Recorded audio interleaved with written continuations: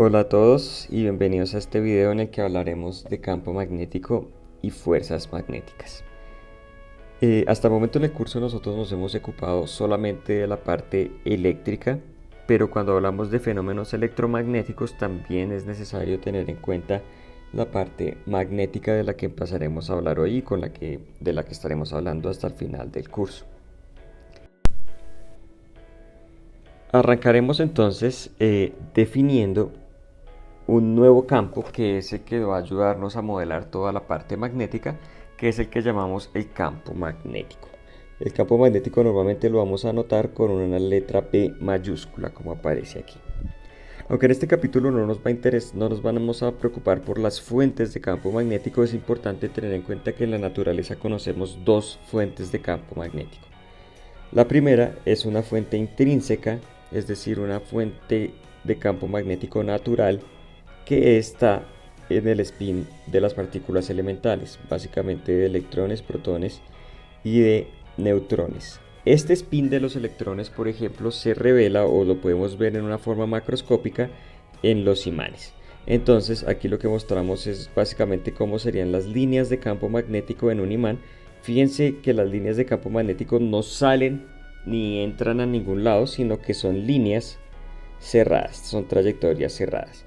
Ahora, los imanes normalmente se caracterizan por lo que llamamos un polo norte y un polo sur, que serían este punto del que parecen salir las líneas de campo, y el polo sur sería este punto al que parecen entrar. Sin embargo, de nuevo, las líneas de campo realmente son líneas cerradas.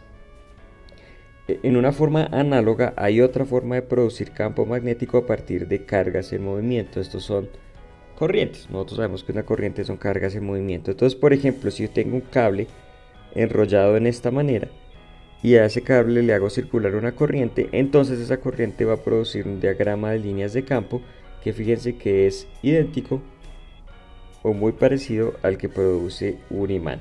De manera que estas dos cosas, magnéticamente hablando, son equivalentes. En nuestra vida diaria nosotros también estamos sometidos todo el tiempo a un campo magnético que es el denominado campo magnético terrestre, cuyo origen no está muy claro, pero pues se supone que es o nace debido al núcleo terrestre, que tiene mucho hierro, y el hierro es un material magnético. Ese campo magnético terrestre realmente nos protege de la radiación o de las partículas cargadas de muy alta velocidad que vienen del espacio, y mucha gente considera que es una de las razones también por las cuales hay vida en el planeta, porque tenemos ese escudo protector de partículas cargadas de alta velocidad. Fíjense que el campo magnético de la Tierra va en dirección sur-norte, y por esa razón realmente lo que nosotros conocemos como el polo sur geográfico corresponde realmente es al polo norte magnético, debido a que en el polo norte es de donde salen las líneas de campo. Las líneas de campo vienen saliendo de esta zona y vienen entrando hacia esta de acá, de manera que el polo norte también es el polo sur magnético. Bien, ahora sí hablemos de lo que nos interesa, que es cómo afecta el campo magnético a una carga. Entonces nosotros ya sabemos que la fuerza que hace un campo eléctrico sobre una carga es simplemente la carga multiplicada por el campo. ¿Listo? Para la fuerza magnética esta expresión es ligeramente más complicada, ya que la fuerza que ejerce el campo magnético sobre una carga depende no solo de cuánto vale la carga, de cuánto vale el campo, sino que además depende de la velocidad de la carga. ¿Esto qué quiere decir?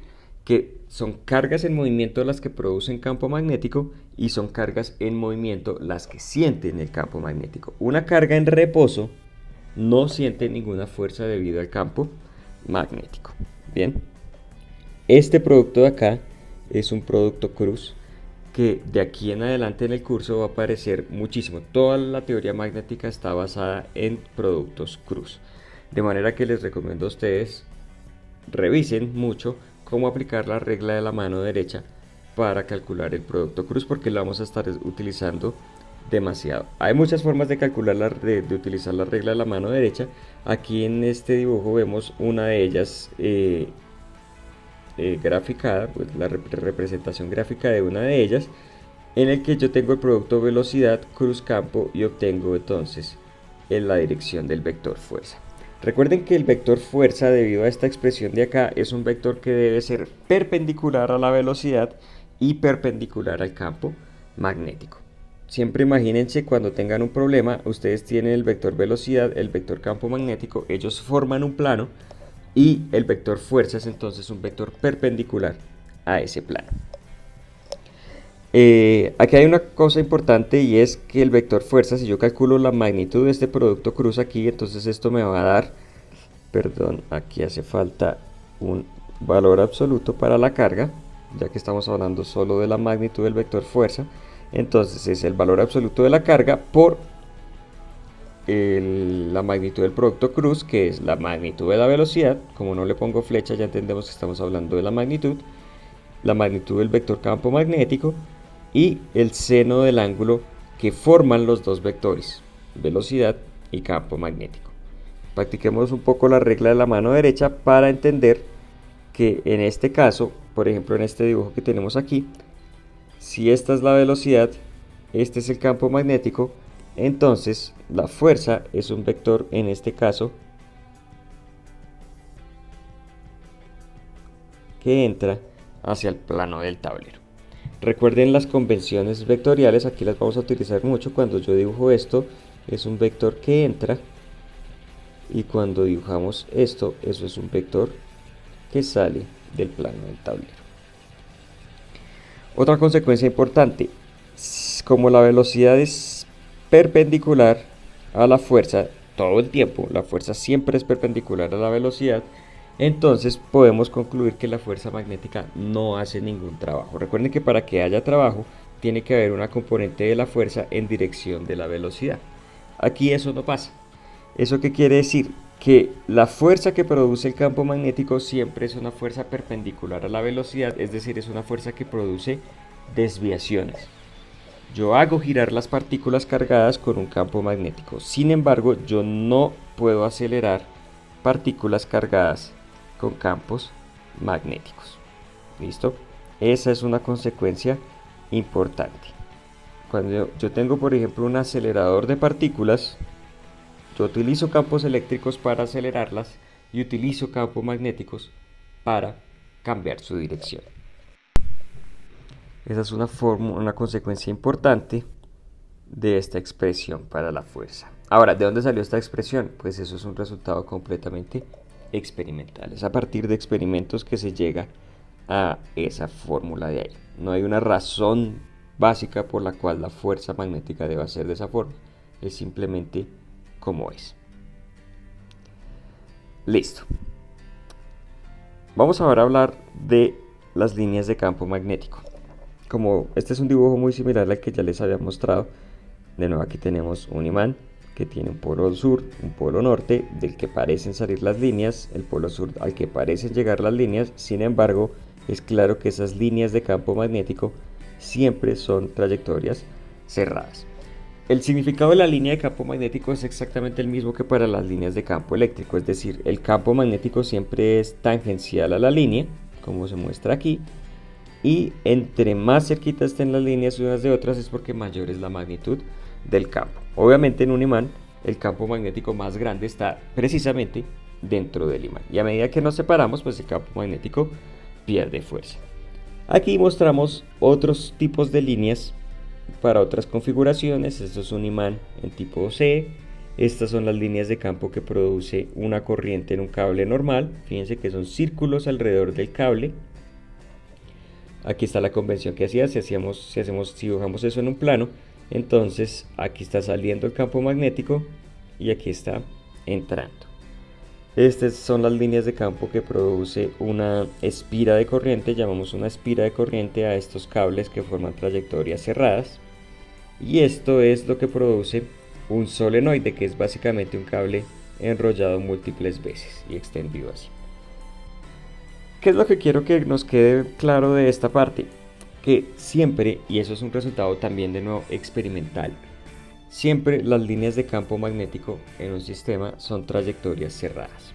No se ha encontrado todavía en la naturaleza un sistema en el que las líneas de campo salgan de algún lado, como si lo hacen las líneas de campo eléctrico en una carga. Por ejemplo, si tengo una carga, esa carga arroja líneas de campo o recibe líneas de campo dependiendo si son positivas, la carga es positiva o negativa. Esto no ocurre en campos magnéticos. No es posible un sistema para el cual las líneas de campo se generen en algún punto. Eso no pasa en magnetismo. En magnetismo las líneas de campo siempre son trayectorias cerradas, es decir, no salen estrictamente ni mueren en ningún lado, son trayectorias cerradas. Entonces, recordando un poco lo que hicimos en electricidad, si yo voy a hablar de ley de Gauss del magnetismo, entonces primero tengo que definir el flujo magnético como la integral de área de este producto punto B punto de A. Esto es el flujo magnético, igual que el flujo eléctrico, y tiene exactamente el mismo significado. Si ustedes recuerdan, esta integral lo que me cuenta es cuántas líneas atraviesan una superficie. Bien. Ahora, cuando yo hacía esta integral sobre una trayectoria cerrada, entonces lo que encuentro es de nuevo el número de líneas de campo que atraviesan una superficie cerrada. Pero, si ustedes se acuerdan de la parte eléctrica, esta integral daba diferente de cero, únicamente cuando dentro de la superficie se generaban o morían líneas, es decir, cuando yo tenía cargas eléctricas dentro de la superficie. En magnetismo, como eso no ocurre, como no es posible generar ni eliminar líneas de campo magnético, entonces esta integral siempre va a dar cero. Y esa es la ley de Gauss del magnetismo. Esta de aquí es otra de las ecuaciones de Maxwell que podemos resumir de nuevo hasta donde sabemos de la siguiente manera.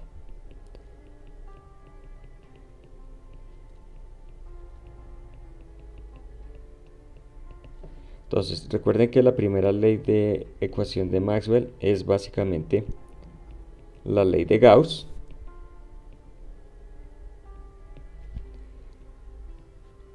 La siguiente ecuación de Maxwell es la que nos dice que el campo eléctrico es un campo conservativo. La siguiente es la que acabamos de ver, que es la ley de Gauss del magnetismo, que nos dice que esta integral siempre da cero. Y nos queda entonces por ver cuánto vale esta. Recuerden, como les había dicho antes, aquí también nos hace falta una corrección. Así vamos. Ok. Volvamos entonces a nuestro curso.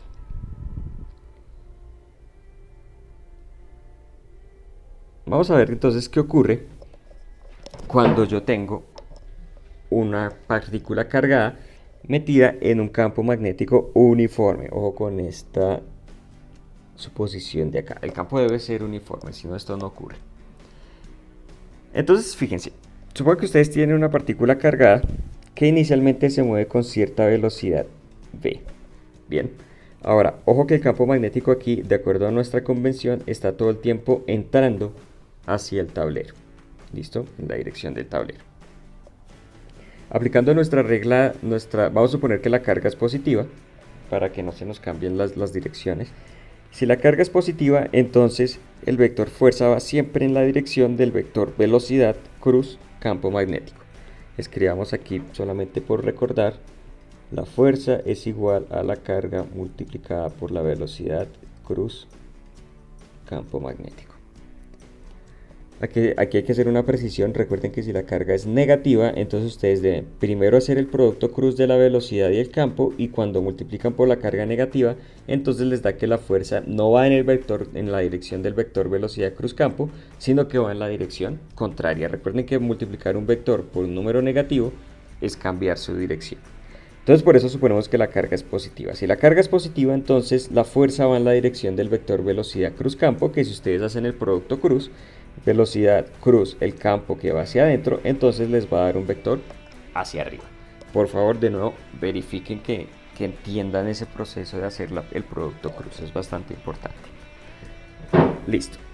Como la fuerza y la velocidad son perpendiculares, ya vimos, esta partícula no se va a acelerar, es decir, la magnitud del vector velocidad no va a cambiar, pero sí su dirección. Y si la fuerza va hacia arriba, entonces entendemos que la partícula se va a empezar a desviar hacia arriba. ¿Listo?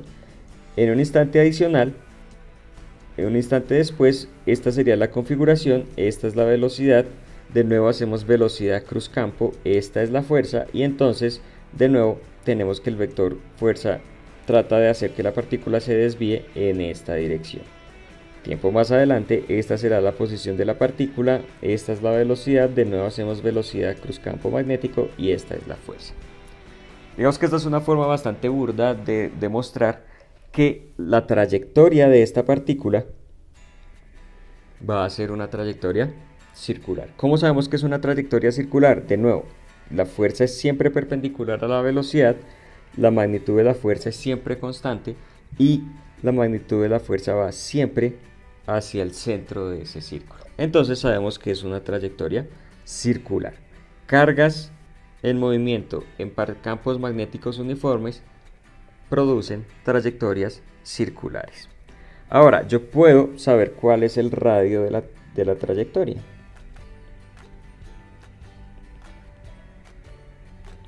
Y para saber eso, pues simplemente me acuerdo de algo de mecánica. De mecánica, ustedes saben que en un movimiento circular, la fuerza, que es igual en magnitud a la magnitud de la carga por la velocidad por el campo magnético. Bien, de nuevo porque la velocidad y el campo magnético son perpendiculares, estamos suponiendo eso todo el tiempo. Carga por velocidad por campo magnético debe ser igual a la masa por la aceleración, pero como este es un movimiento circular, sabemos que la aceleración es la velocidad al cuadrado sobre el radio, donde el radio, lo voy a tratar de pintar aquí, es este. Ese es el radio de giro. ¿Listo?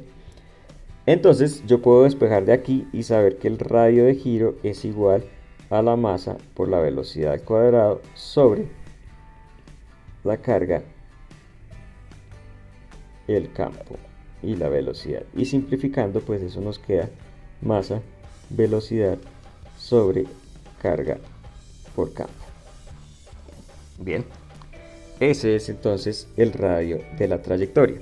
Desde luego, entre más rápido vaya la carga, pues mayor va a ser el radio de la trayectoria.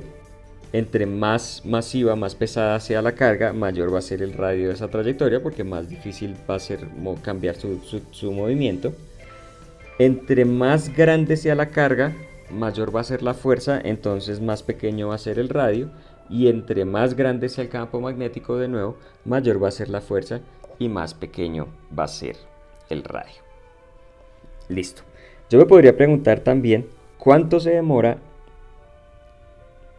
una partícula en dar uno de esos giros.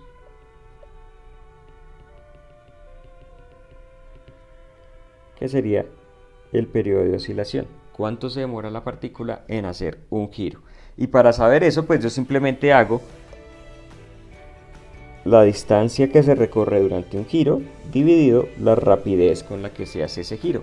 Ahora, la distancia es un perímetro que es 2pi por r sobre la velocidad. Y utilizando el resultado al que llegamos anteriormente, tenemos entonces que eso nos da algo así. Y aquí aparece un resultado interesante. Fíjense, el periodo es 2πm sobre la magnitud de la carga por el campo y es independiente de la velocidad. ¿Eso qué quiere decir? De nuevo, partículas cargadas en un campo magnético uniforme hacen círculos y el radio del círculo pues sí depende de la velocidad. Sin embargo, cuánto se demoran en hacer ese círculo es una cantidad que no depende de la velocidad. Finalmente, otro cálculo que yo podría hacer no es el periodo de oscilación, sino la frecuencia. Recuerden que la frecuencia me dice cuántos giros hago por unidad de tiempo, por segundo. Entonces la frecuencia es el inverso del periodo y eso nos da 2πm sobre Q por B. Si yo quiero expresar esta frecuencia no en vueltas por segundo como está esto, sino en radianes por segundo, entonces tengo la frecuencia angular,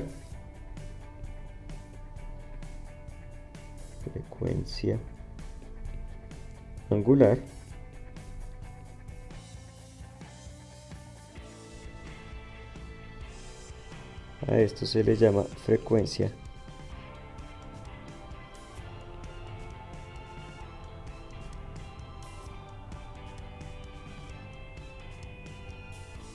de sincrotrón. Bien. De nuevo, no depende de la velocidad. Partículas cargadas en un campo magnético siempre van a oscilar con esta frecuencia. Depende de la masa de la partícula, la carga de la partícula y el campo magnético, pero no de su velocidad.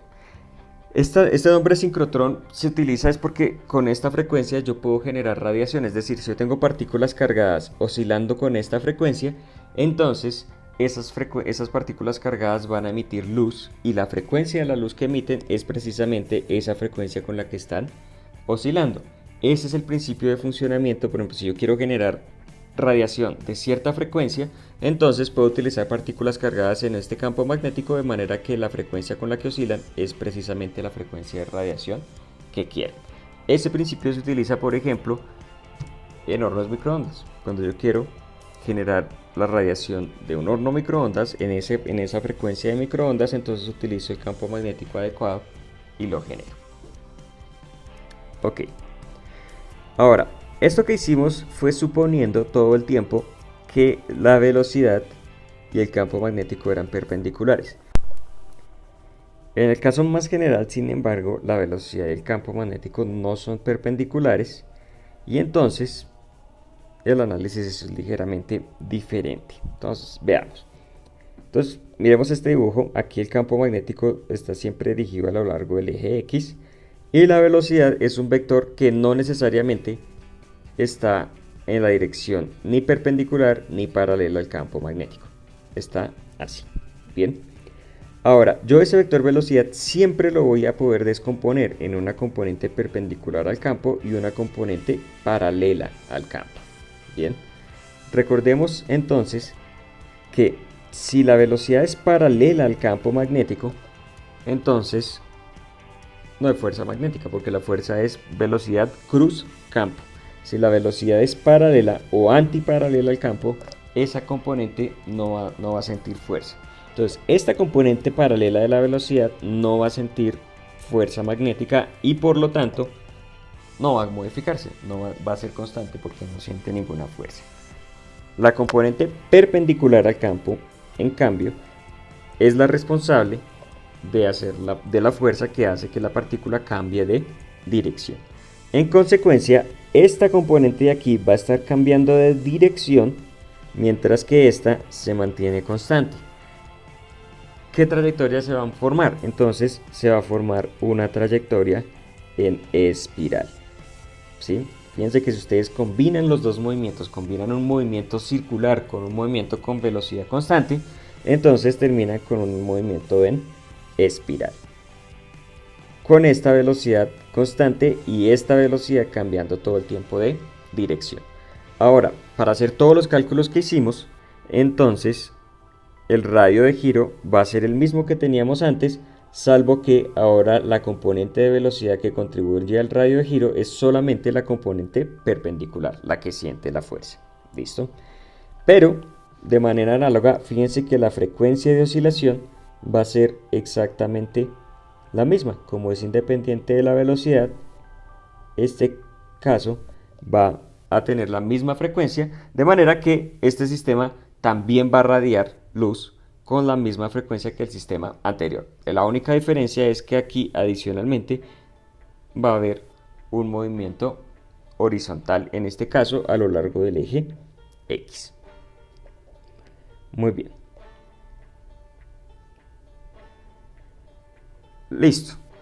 Ahora vamos a generalizar un poco esto, teniendo en cuenta que normalmente yo no tengo solamente partículas cargadas moviéndose, sino que en la vida práctica, cuando más cargas tenemos moviéndose, es en un cable por el que circula una corriente. Entonces, si yo tengo un cable con corriente, ese cable está lleno de partículas cargadas moviéndose, ese cable debería entonces sentir una fuerza. Entonces lo que vamos a hacer es calcular cómo es la fuerza que siente un cable. ¿Listo?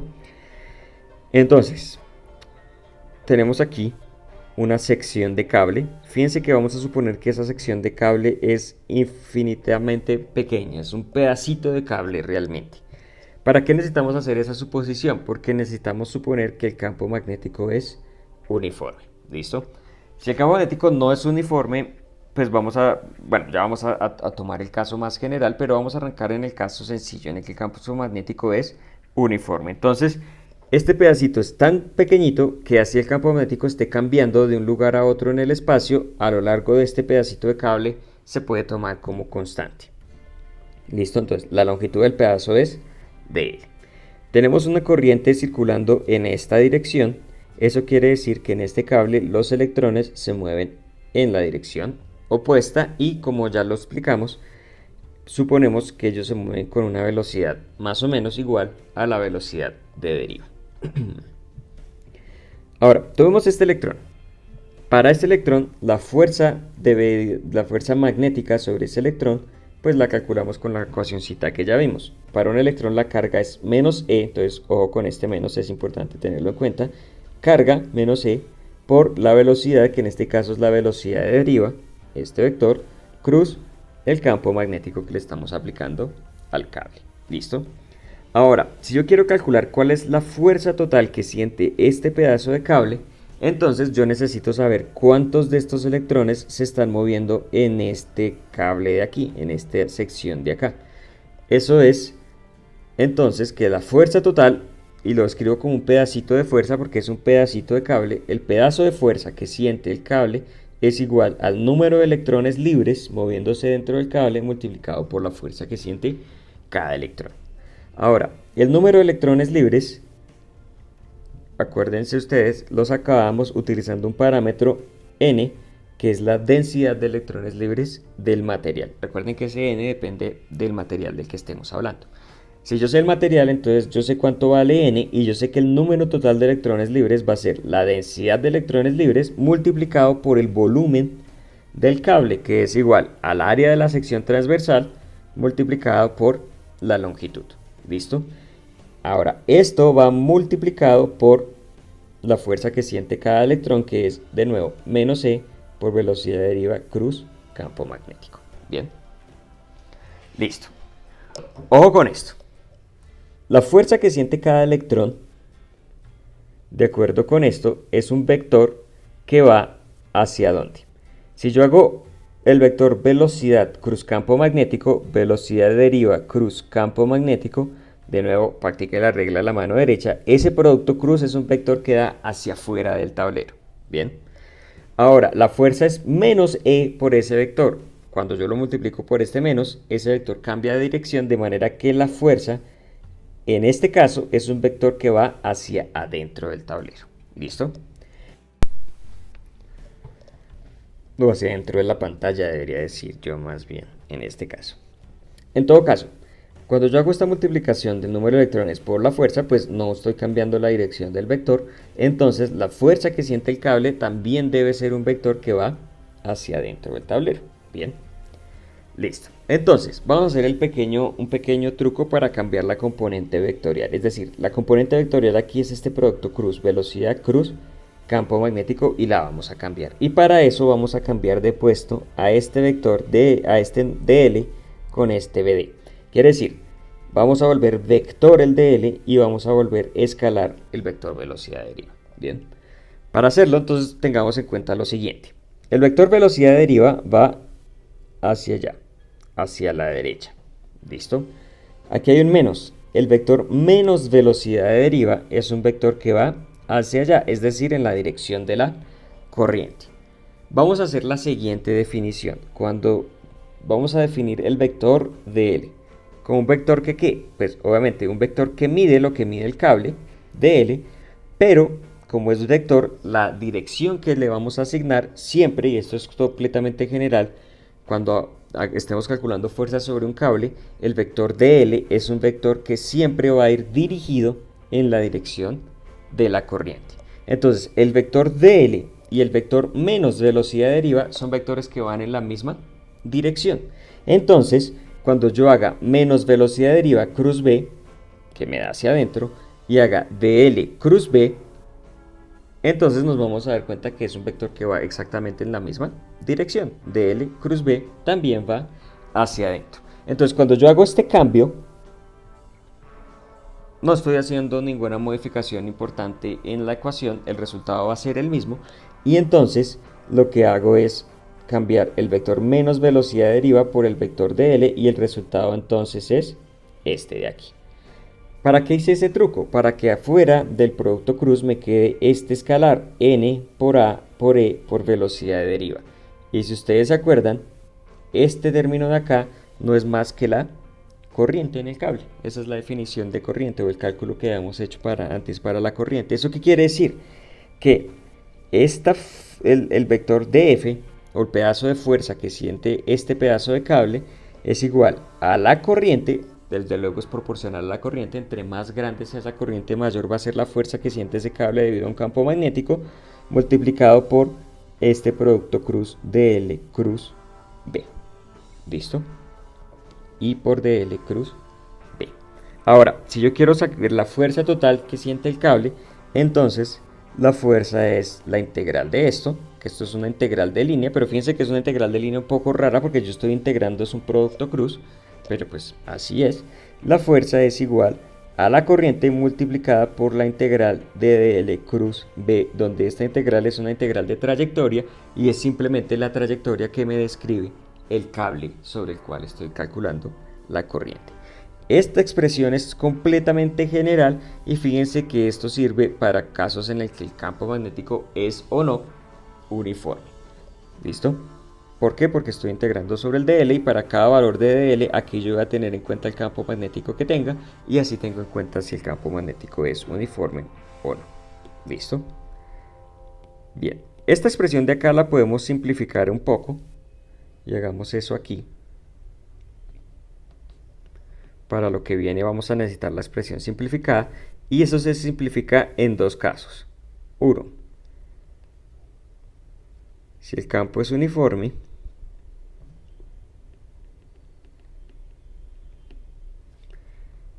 y dos, o que es un y, si el cable es recto. ¿Listo? Si el campo es uniforme y el cable es recto, entonces la fuerza que siente el cable, que es igual a la integral I por la integral de dl cruz b, sufre las dos siguientes simplificaciones. Primero, como el campo es uniforme, yo puedo sacar el b de la integral de esta manera. Bien, con este paréntesis quiero decir que solamente el dl queda dentro de la integral. Aquí el dl y el b están dentro de la integral. Ahora, la integral de dl, si el cable es recto, quiere decir sumar todos esos pasitos de forma vectorial, y eso me da simplemente un vector L. De manera que la fuerza que siente el cable, en este caso, es I por L cruz B. Bien. Donde básicamente, si este es el cable,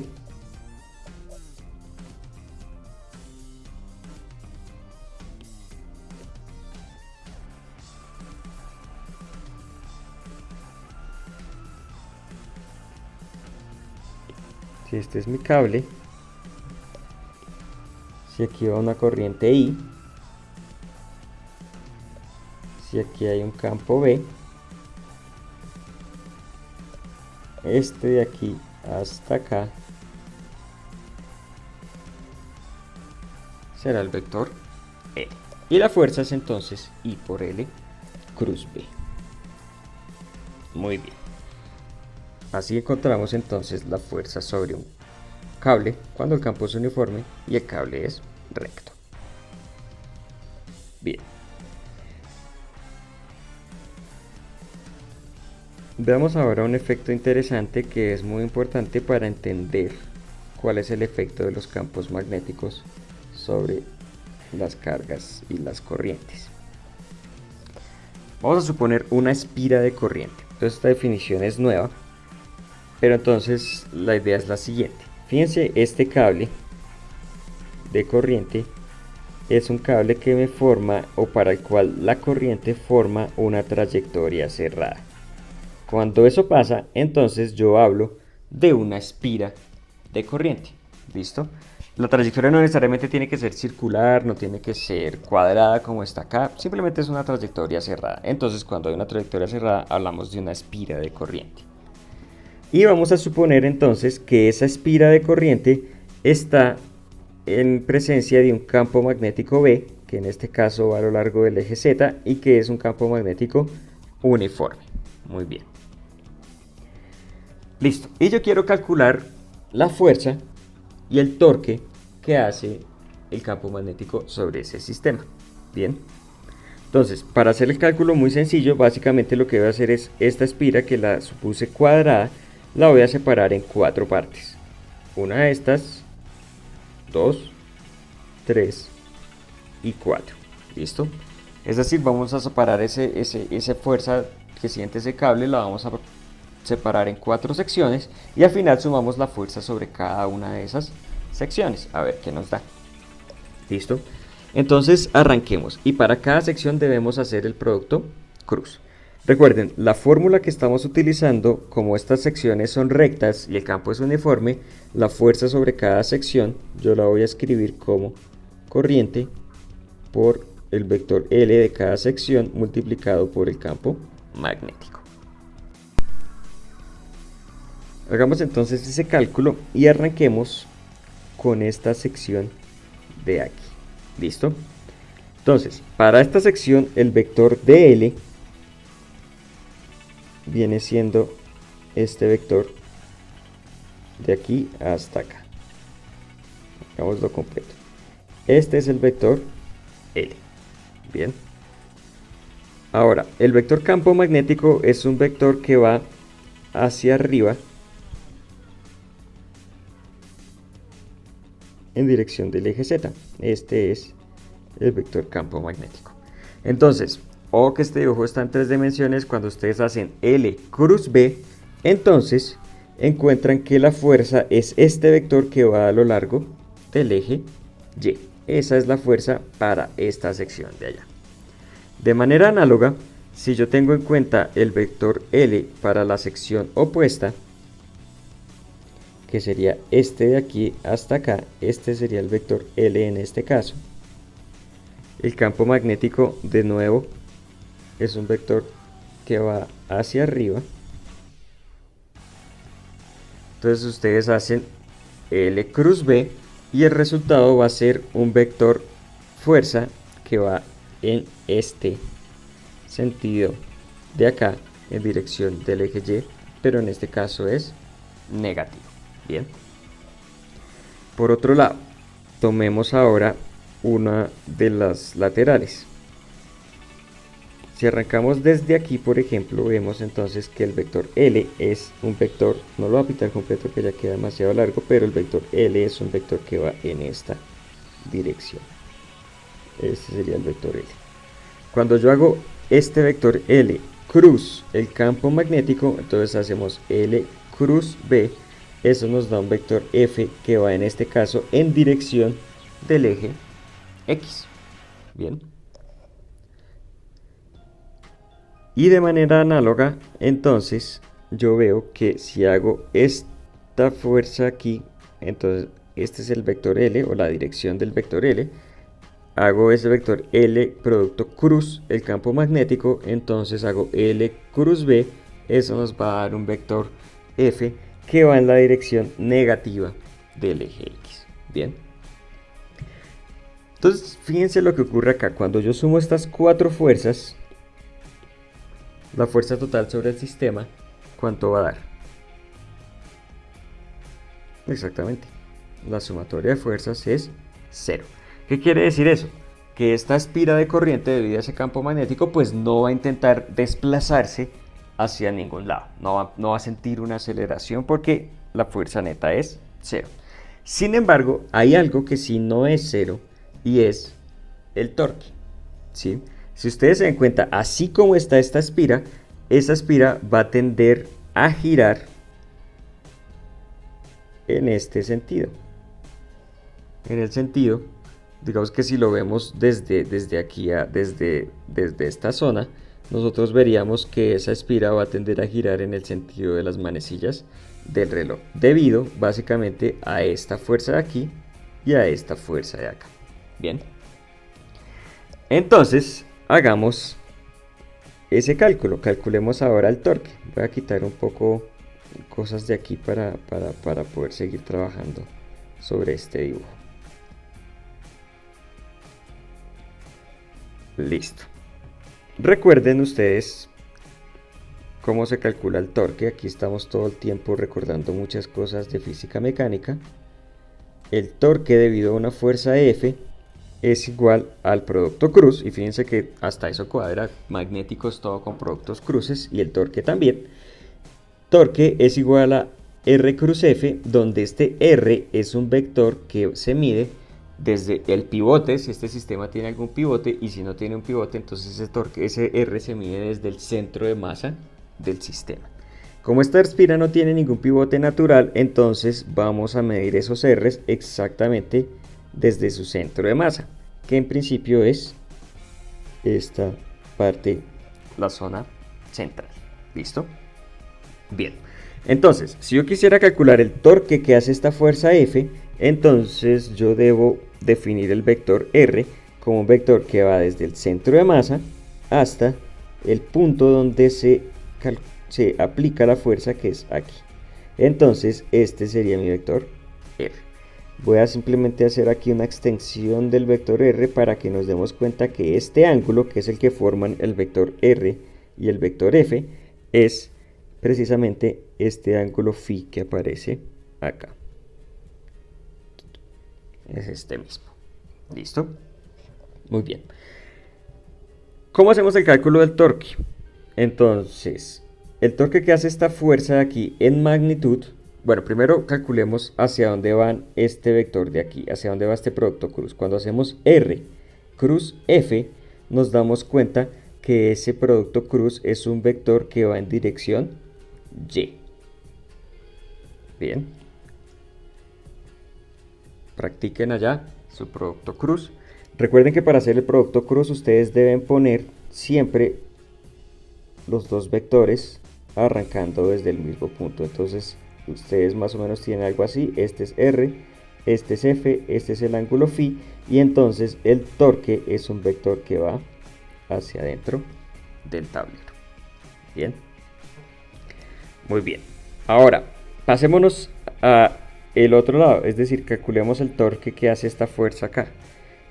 Para esta fuerza, el radio, perdón, no es el que yo necesitaba, el radio es este, y de nuevo voy a hacer aquí la extensión, nos damos cuenta que este ángulo es este mismo ángulo phi, y de nuevo más o menos el dibujo debería ser algo así. Esta es la fuerza, este es el vector R, aquí está el ángulo, y si yo hago R cruz F, de nuevo me da entonces un torque que va hacia adentro de la pantalla. De manera que lo que nos damos cuenta es que estas dos fuerzas ejercen un torque que va en la misma dirección. Entonces, aunque las fuerzas son opuestas, el torque que ejercen va en la misma dirección para ambas, de manera que esos dos torques se van a sumar, no se van a cancelar. Por otro lado, esta fuerza y esta fuerza no ejercen torque. ¿Por qué? Porque para esta fuerza este es el vector R, y si ustedes se dan cuenta, el vector R y el vector F van en la misma dirección, y entonces este producto cruz va a dar 0. Y lo mismo ocurre para este caso, R cruz F. Entonces una fuerza aplicada a lo largo de la misma línea del centro de masa no me produce torque. Eso es por la razón por la cual normalmente el peso nunca ejerce torque sobre ningún objeto, porque el peso siempre está puesto en el centro de masa. Listo. Entonces, si yo quiero calcular el torque total sobre este sistema, solo tengo que tener en cuenta el torque que me hace esta fuerza y el torque que me hace esta fuerza. Muy bien. Calculemos entonces cuánto dan esos torques. Para esta fuerza de aquí, el torque en magnitud, ya sabemos que el torque va ambos torques van a lo largo del eje Y, entonces vamos a calcular solo la magnitud. La magnitud del torque es igual a, recuerden, magnitud de producto cruz, magnitud del vector R, que es, fíjense que la magnitud del vector R es lo que mide este lado de la espira dividido en 2. Por eso es que pongo aquí B medios. Listo.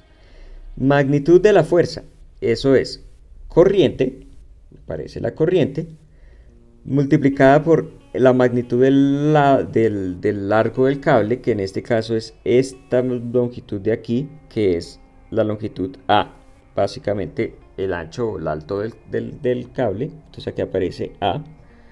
Aparece la magnitud del campo magnético, que es B, y si yo quiero calcular la magnitud del vector F, entonces tengo que hacer el seno del ángulo que forman el vector L y el vector campo magnético. Pero si ustedes se dan cuenta, el vector L y el campo magnético en este caso son perpendiculares, de manera que el seno del ángulo que forman es 1, porque el ángulo es 90. Listo, esa era la magnitud del F. Ahora es, acuérdense, el torque es R, magnitud de este por el seno del ángulo que forman. Y de acuerdo al dibujito, el ángulo que forman es este ángulo phi de acá. Bien. Ustedes pueden verificar, pero cuando yo hago el cálculo del torque en este caso, el resultado es exactamente el mismo. B medios por A, por I, por B, por seno del ángulo phi. De manera que el torque total en este sistema se puede escribir entonces, y ya de forma vectorial, como este por este más este, básicamente este 2 va a desaparecer porque estoy sumando dos veces la misma cosa, y entonces esto me da A por B, por I, por B, por el seno del ángulo. ¿Listo? Y ese es el torque total del sistema. Bien. Listo. Esto lo podemos generalizar y lo vamos a generalizar en términos de una nueva definición. Entonces vamos a definir el momento dipolar magnético. Acuérdense que nosotros ya habíamos definido un momento dipolar eléctrico para dos cargas eléctricas iguales separadas a cierta distancia.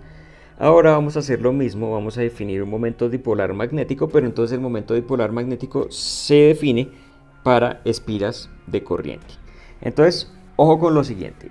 Este vector μ, que es el momento dipolar, se define como esta multiplicación.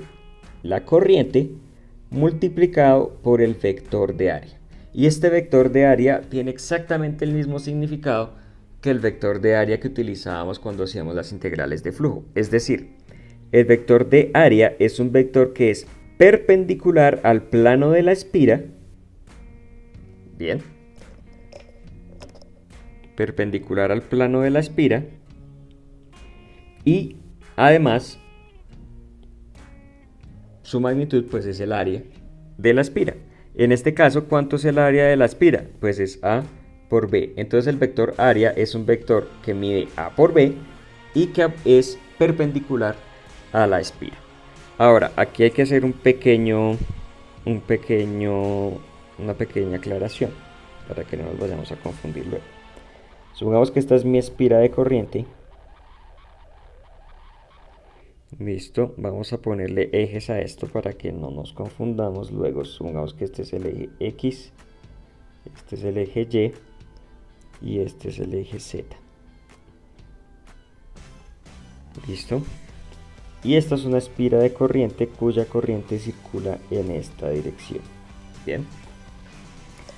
Entonces, si a mí me preguntan ¿hacia dónde va el vector área de esta espira? Yo tendría dos posibilidades, porque esta espira está en el plano XY, de manera que una perpendicular es o esta o esta. Bien, recuerden que yo siempre tengo dos posibilidades para el vector de área. Ahora, apliquen la regla de la mano derecha.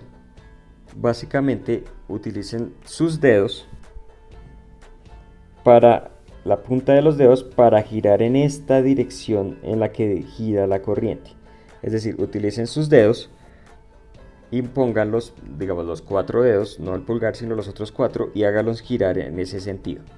Hacia donde les queda apuntando el pulgar, ese va a ser el vector de área. Es decir, el vector de área lo vamos a definir también aplicando la regla de la mano derecha.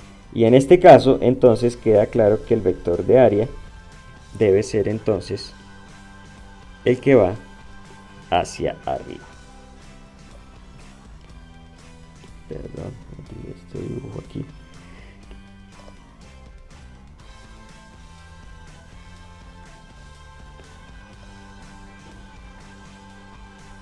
¿Listo? Entonces el vector de área lo definimos con la regla de la mano derecha. De manera que por esa razón, aplicando ese sentido de la regla de la mano derecha, el momento dipolar magnético que va en la misma dirección del vector de área, en este caso es este de acá. El vector momento dipolar va hacia allá. Ahora, lo que es interesante de ver es que el ángulo que forman el campo magnético y el momento dipolar también es phi, ¿sí? Entonces, si ustedes se dan cuenta, aquí yo tengo A por B es el vector, es el área. La corriente está acá, o sea que esto de aquí es la magnitud del momento dipolar. Esto es la magnitud del campo y esto es el seno del ángulo que forman esos dos vectores, momento dipolar y campo. Entonces, ¿a qué conclusión llegamos? A que el torque se puede escribir como un producto cruz, en analogía con el producto cruz, que es el torque para un momento dipolar eléctrico en un campo eléctrico. Entonces, el torque se puede escribir como un producto cruz entre el momento dipolar y el campo magnético. Y entonces llegamos a esta expresión de acá. El torque es igual a mu cruz B. Listo. De nuevo, si hago mu cruz B, entonces eso me va a dar un vector que va a lo largo del eje Y, que es precisamente la dirección en la que va el torque. Listo. ¿A qué conclusión llegamos? A que una espira de corriente en un campo magnético va a sentir un torque, es decir, va a empezar a girar. Ese es el principio de funcionamiento de los motores eléctricos. ¿Sí? Si ustedes alguna vez han destapado un carrito de esos de pilas, se dan cuenta que ahí lo que tienen es cables enrollados, es decir, espiras de corriente, y imanes, campos magnéticos. Bien, entonces ese es el principio de funcionamiento del motor eléctrico. Bien. Entonces, por ejemplo, cuando ya tenemos que el torque es igual a mu cruz B, en este caso, por ejemplo, este es mu, este es B, entonces tenemos el torque, aquí lo llaman par de torsión, pero pues es el torque, es máximo cuando el ángulo es de 90 grados. Cuando el torque es mínimo, cuando desaparece, pues cuando el momento magnético y el campo magnético están en la misma dirección, o cuando son también antiparalelos, 180 grados. Podemos hacer el caso exactamente igual a como hicimos con los momentos dipolares para mostrar entonces que la energía potencial de este sistema es menos mu punto B. Acuérdense que no sirve saber la energía potencial, nos sirve para saber que el punto de equilibrio de este sistema, es decir, el punto de equilibrio de un momento dipolar en un campo magnético, está cuando el ángulo es cero, es decir, cuando los dos están alineados. Y el punto de equilibrio, pero de equilibrio inestable, está cuando están completamente antiparalelos, es decir, cuando el ángulo es 180 grados. ¿A qué conclusión podemos llegar? A que cuando yo tenga un momento magnético en un campo magnético, este momento magnético va a tender a alinearse con el campo. Esa es la conclusión principal de esta sección. Bien, que el torque que aparece es este, y este torque hace que el momento magnético siempre tienda a alinearse con el campo. Muy bien. Ahora entonces podemos explicar cómo funcionan, no cómo funcionan, sino cuál es la consecuencia de los imanes en un sistema. Entonces, revisemos varias cosas. Primero, como dijimos al principio, un electrón es una fuente de campo magnético porque los electrones tienen spin. ¿Listo? Entonces yo puedo ver un electrón siempre como un pequeño imancito. ¿sí? Un pequeño imancito. Eh, Ahora, esto es análogo más o menos al campo magnético que produciría una espira de corriente muy chiquitica, de manera que normalmente a un electrón también se le asigna un momento magnético. Los electrones tienen un momento dipolar magnético. Ahora, no lo hemos mostrado, pero los momentos dipolares se pueden atraer o repeler dependiendo de si sus nortes son los que se encuentran o si son el norte y el sur el que se encuentran. Es muy parecido a lo que ocurre con cargas eléctricas. Si yo pongo un imán norte con norte, va a aparecer una fuerza de repulsión. Si pongo un imán norte con sur, va a aparecer entonces una fuerza de atracción. Bien. Ahora, en un material normal, estos momentos magnéticos de los electrones están totalmente desordenados, de manera que si yo veo el material desde afuera, pues yo no noto un momento magnético y noto que el momento magnético total del sistema va a ser cero. Simplemente todos miran en direcciones aleatorias y cuando yo sumo, dependiendo claramente el número de electrones en un material es grandísimo, y si todos miran para lados diferentes, cuando yo sume sobre toda esa cantidad, eso me va a dar cero. Bien. Ahora, ¿qué ocurre en un imán?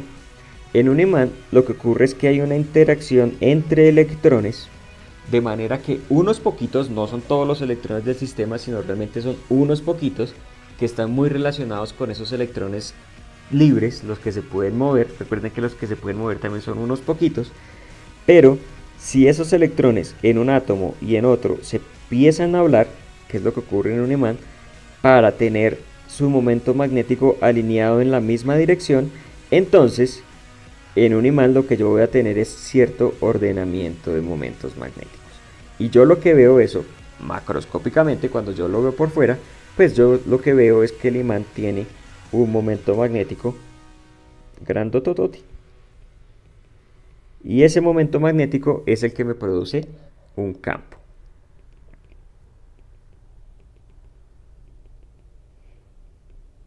¿Listo? Eso es lo que ocurre en un imán. Entonces, básicamente en un imán, estos momentos chiquiticos de los electrones están alineados. Para un número muy pequeñito de electrones, sí, pero eso es suficiente para crear un efecto macroscópico. Ahora, cuando ustedes ponen ese imán en el recordatorio del paseo y van y lo llevan a la nevera, entonces, ¿qué es lo que va a ocurrir? Ese imán, que es un momento magnético muy grande, produce un campo magnético, ¿sí? Y ese campo magnético pues lo van a sentir todos los electrones que están en la nevera, en ese material del que está hecho la nevera. Ahora, cuando ellos sienten ese momento magnético, ese campo magnético, debido a lo que acabamos de mostrar, tienden a alinearse con el campo magnético. Entonces, ocurre este movimiento de acá. Ellos se alinean.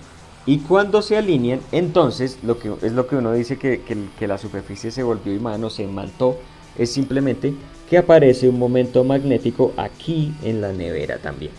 Ahora, como esto se alinea en la dirección del campo, entonces ustedes se dan cuenta, el norte, que es hacia donde miran todos los momentos magnéticos, es esta zona de aquí, y el sur es entonces la superficie de la nevera. Y si ustedes se dan cuenta, aquí queda una interacción sur-norte, bien, que es precisamente la que genera la atracción. Listo, entonces la nevera no es un imán, pero cuando yo le pongo un imán en cercanías, alineo esos electrones y temporalmente la nevera queda con un momento magnético y aparece una interacción. Fíjense que este efecto es exactamente igual al que teníamos cuando yo acercaba la mano cargada al papel. Si yo acerco la mano cargada al papel, mi mano cargada produce un campo eléctrico, en el papel aparece un alineamiento de momentos dipolares eléctricos y aparece entonces una fuerza de interacción. ¿Listo? Exactamente lo mismo ocurre aquí. Y esas fuerzas siempre son atractivas, es decir, una carga puede atraer un objeto no cargado, un imán puede atraer un objeto no magnético. ¿Listo?